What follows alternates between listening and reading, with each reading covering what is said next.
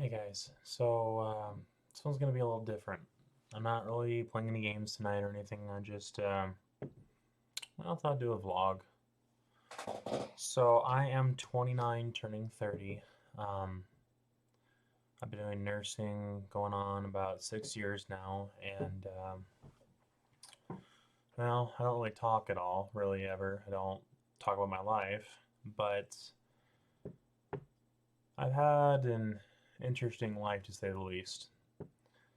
So I've nearly died at least 4 times. It's a bunch of different stuff. Like, I've been on medication for many, many years since I was 5 years old. When I was born, it was a traumatic birth. My head got crushed, and I ended up getting a brain disorder because of that traumatic birth. And I've been struggling with many different things in my life, which I'd say the last 14 years have been great. No issues. Things are good. I got married. Um, but I've gone through struggles in my life, I should say. When I talk about dying, I almost died when I was little. Um, I nearly drowned. Luckily, one of my family members saved me from drowning in a river.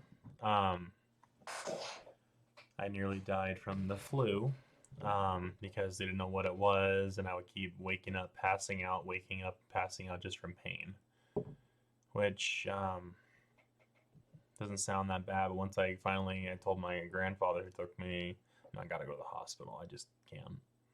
Went down there, and as soon as I hit the table, I passed out. Like, I don't remember anything after that. My head went down, and that was it. Another time, it was a medication due to my disorder. They didn't really have psych meds back then. They didn't have meds that would help with mental disorders or other things like that. There just wasn't around then. Because I was born in 1992. Obviously, I'm not a decade old. um, but it was a struggle trying to figure out how I was supposed to be here. Like, it was one of the things where I wasn't in a good spot. My brain wasn't where it needed to be with all these pills that they were testing on me. And it took a very long time to get that figured out. But all through school and all through all this other stuff I went through, I was a social outcast. No one understood me. I had lots of different stuff going on. And I was the weird kid. So I'm actually, you don't see me, but I'm a very heavy guy. And half of that was because of medications I've taken in the past. When I was high school, like right, I'd say midway through high school, I was about 120 pounds. Actually, this was just going into high school. Once they tried the new medication on me, I gained like at least half of me. Um, I know I'm all over the place tonight. It's just been a long, long month with everything going on. We had to help a child out, which I can't talk about due to legal reasons. But it's been taking up a lot of time. That's why there hasn't been a lot of videos at all, or barely at all. Just the Rosie shorts, the dog shorts. But yeah, this medication side effect that they were not expecting. I guess it's like less than. I don't. I could be wrong on this. Don't quote me on the number, but it's like less than 10,000 cases a year. It was a side effect of one of the medications. I've tried over God at least 80 medications in my lifetime until I found one that worked. So what happened was this medication caused something called don't. This is for the light of heart. If you don't look it up, if you don't want to be traumatized, or if you want to look it up, go for it. But discretion advised. It is pretty gruesome. The pictures they haven't updated the pictures on Google in like years because I don't think there's any more cases of it. I could be wrong. Obviously, there could be more cases of it. They just don't update it because it's pretty bad. What it is. This video is not for kids, by the way. I'm drinking a drink. I'm talking about things that are not really so appropriate for kids. So, turn away now if you are under the age of 18 or 16. If you're mature enough to handle this, go for it. But if you're a kid, I would click out now. What it was, this medication did to me, it was called Stevens-Johnson's disease. Imagine chickenpox, but all over the inside and outside of your body, eating away at your flesh, your organs, your mucous membranes until you're dead. Um, so what happened is when the doctor was talking about, this is a possible side effect, and I just got this bad feeling like it's not going to be good. My dad, luckily, he very medical inclined. He works in the medical field as well. I went to him and said, I got this rash, and he's like, just go take something. Maybe it's an allergic reaction to something you ate or something you touched. And I'm like, all right. I go take a pill, to help it. About another 20-30 minutes kind of pass by, and I'm looking at it, and I go to him like, it's getting worse. And he's like, all right, let's get you to the hospital. He took me in there, and they, no joke, pumped me full of steroids to try and kill it. It was not good. I survived that. I have only a little bit of a permanent. You can't really tell because the video quality is bad, but I got little bumps all over my arm. That was luckily the only thing that happened. It wasn't like in the inside of me or anything like that.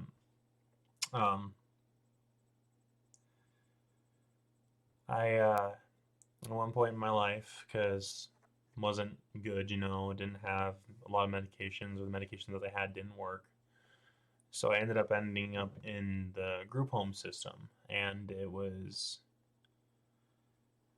rough. I was in there for quite a few years until things finally settled.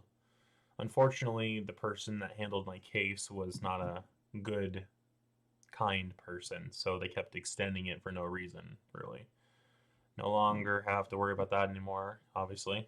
I'm in my own place, and I'm married, and I have a foster child at the moment. I have a dog. I'm working full time, I've been doing nursing for, I believe it's 6 going on 7 years. But in this transition period when I was in the group home system, there was many challenges. Sounds absurd, but 100% true. I was in this place, and I'm guessing like, I don't know, I want to say 15 or 16. It's all a blur now because it's been in the past for so long. But what happened was there was this guy, which, not to be racist, not to be biased or whatever, it was literally a guy in huge handlebar mustache. Like, he looked like he was, well, he was. He was not psychotic, but he had a lot of mental disorders, I'd say. I wouldn't use the word psychotic, but I mean, that's the best way you could picture it. This guy had big old handlebar mustache up to here, He had a swastika on his arm, camouflage, like, camo clothing with a hat, like well, is what it is, a Nazi uniform. And this guy, he didn't have everything. He wasn't there. Like, he actually picked me up by the scruff of my shirt and slammed me into a dumpster. No joke. And I'm just like, I'm petrified in that moment. I'm like, what do I do? What can I even say or do? And just monotone, blank face, just please put me down. That's the only words that can come out of me in that moment. I'm looking at this guy because he's got me in the air against this dumpster with whatever adrenaline or, I don't know, maybe he was on drugs, who knows, but this energy and like enough to pick me up and keep me against the dumpster. And I say that, I'm looking at him, and all of a sudden just something switches in his eyes, just like he comes back to reality and sets me down. This was one of near the last, because I had to bounce around a lot when it came to group homes.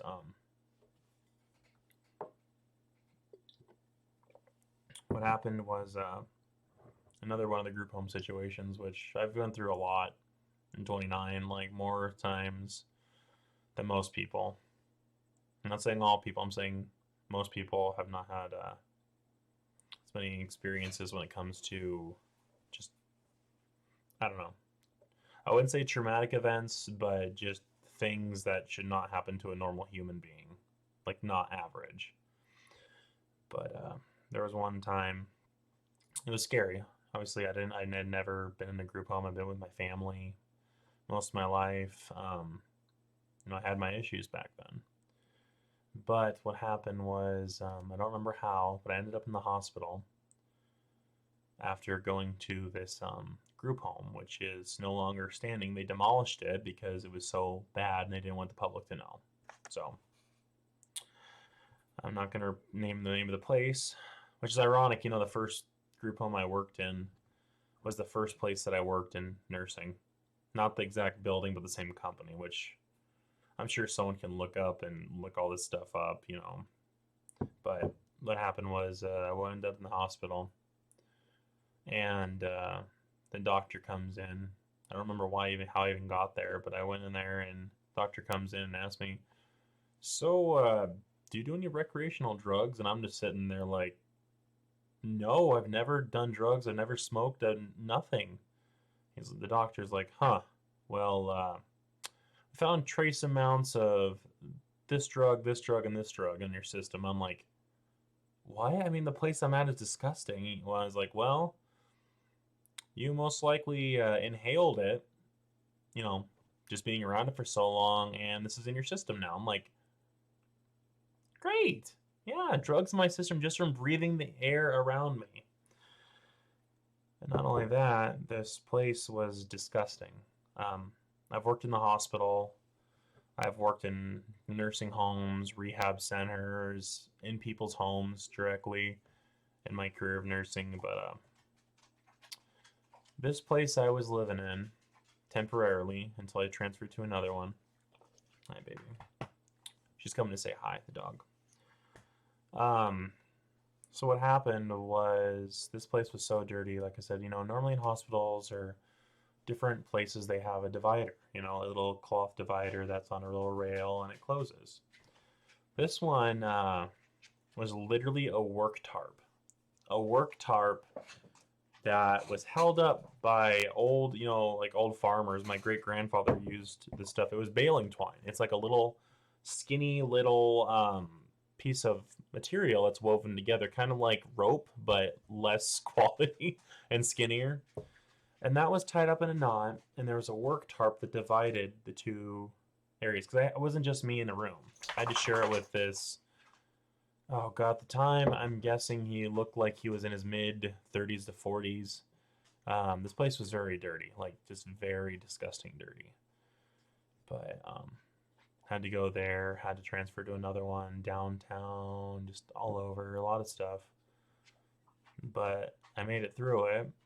Obviously, I'm here now, and things are a lot better, and things have changed. But there's experiences that I've gone through, nearly dying like that. There's other examples how many times I almost did, but it's kind of hard to talk about. Ergo, I apologize for, like I said, not kid friendly. But not all of it was doom and gloom. The reason I got into my career path of nursing, it was kind of laid out for me in a way. My grandmother, she had, so this is a little bit of backstory, a little bit of personal information. So my mother and my grandmother basically raised me. My grandmother, she was the talker. That's where I'm pretty sure I got all my conversative when I talk to people in my job and do what I do. I'm a nursing assistant, certified nursing assistant. But what happened is she ended up getting cancer. Sorry, guys. Dog wants to say hello. She's quite the licker. Hi. Okay. Okay, down, baby. Oh, down. Good girl. Sorry about that. She seems to be the mascot of this channel at this point. A lot of you guys like watching the shorts. I'm pretty sure not a lot of people actually watch the videos in depth, but hey, why not? If I'm here, might as well talk. But she had cancer, and it turned into terminal cancer, which pretty sure most people know terminal is, and there's no recovery from that. And sorry, I get emotional. I apologize. So she passed, and my dad, him working in medical higher up, he told me that I have a heart and compassion for this kind of work. And at that point, I didn't have anybody. Sorry, I didn't have a purpose. My grandma died, and I know it seems not very masculine to cry and all that, but I'm an emotional guy. I got a lot of stuff in my head and stuff that I deal with, in my lifetime. And you know what? It's all right to cry. It's actually healthy for you. Stuff that I've learned in my counseling and my job, my specialty in mental illness. Not only do I have mental illness and can spot it, but I also trained in it pretty versely. But she passed. Like I said, my dad told me I have a heart and compassion for this kind of work, and if I commit to it, he'd pay for my schooling. And that kind of was like, well, my purpose is over. I took care of her. She's gone now, so I'm like, what do I have to lose? And I've been doing this for about 6 years now, going on 7, I believe, at this point. But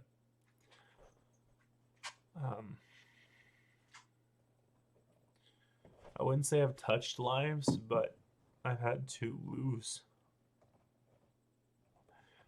I had to lose a lot of people, and so it's not just family that has passed, but people I've worked with. Some really nice people in my job, and they have passed. It's rough, which they tell you can't like compartmentalize it, where it's you just keep it all in. I don't look like a blubbering baby, but that's okay. Everybody has to cry at one point or another. And sorry if you can't understand me, my voice is cracking. But everybody needs to cry. Everybody needs to feel their emotions, wherever that may lead. Whether it be, screaming into a pillow, like listening to heavy metal, which I do. I play music based on what I'm feeling, but people I worked for, they become like family, take care of a certain person for a very long time and then they pass away. It's hard.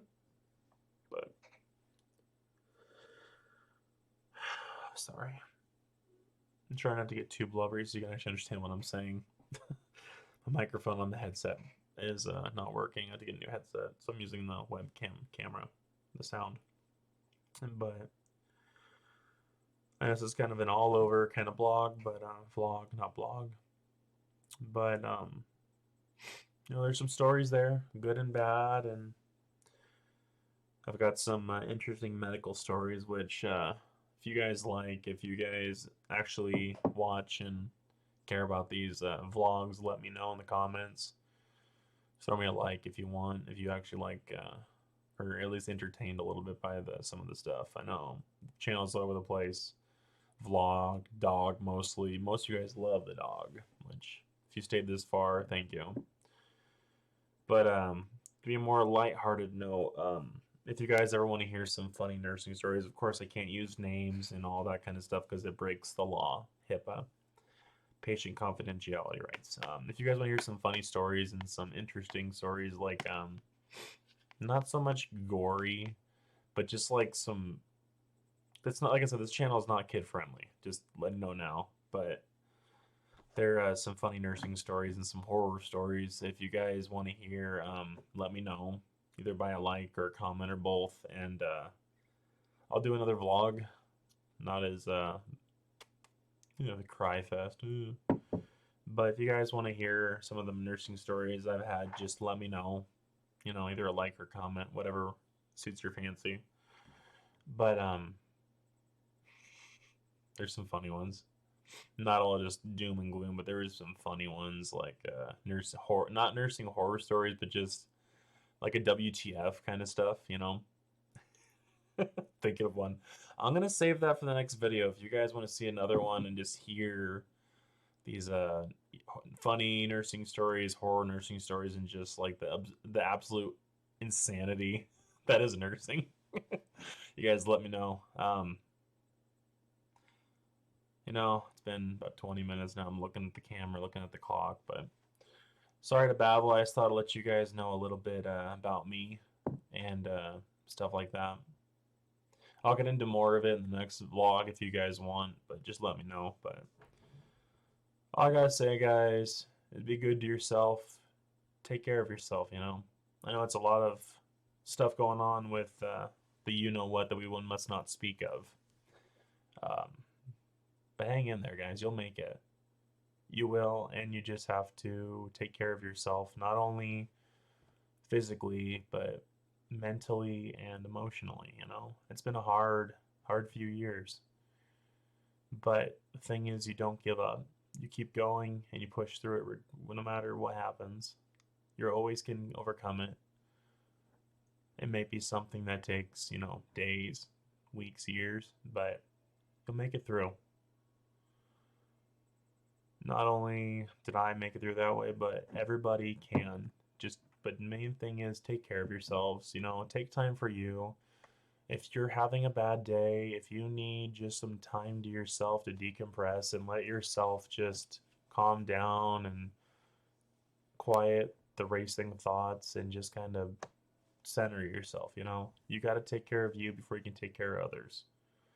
That's my little nugget of wisdom for you tonight. But I hope you guys don't mind the blubbering. I apologize, but I really don't, honestly, because everybody needs to cry. It's healthy.